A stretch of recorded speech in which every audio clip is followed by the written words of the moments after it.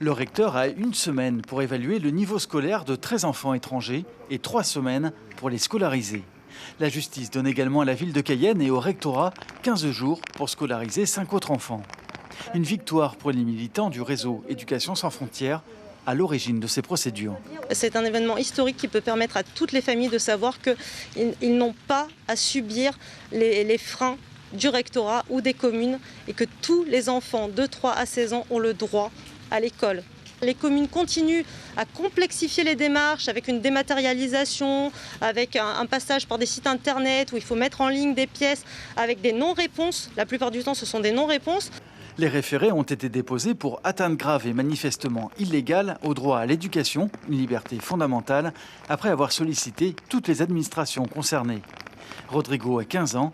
Cela fait plus d'1 an qu'il attend son inscription dans un lycée. Je m'inscris à l'EGIN de 2019.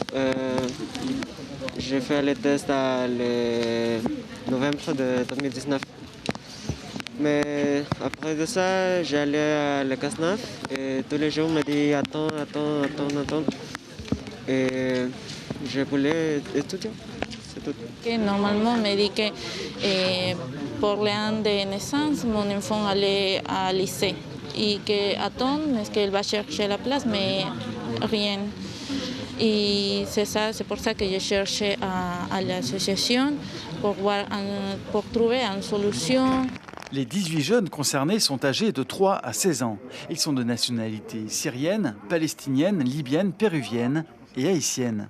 Le réseau Éducation sans frontières estime que, comme Rodrigo, 10 000 enfants et adolescents ne sont pas scolarisés sur notre territoire. Une estimation que ces militants ont effectuée sur la base des chiffres du rectorat, de l'INSEE et des syndicats. Un constat partagé par l'un des 2 députés élus en Guyane, Gabriel Serville.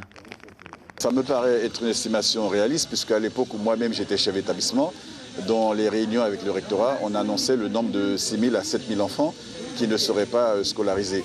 Quand on voit le taux de naissance qu'il y a sur le territoire de la Guyane et sachant le taux d'immigration qu'il y a en direction de la Guyane, je ne serais pas du tout étonné que ce nombre-là soit atteint. La ville de Cayenne et le rectorat ont désormais 2 semaines pour faire appel de ce jugement.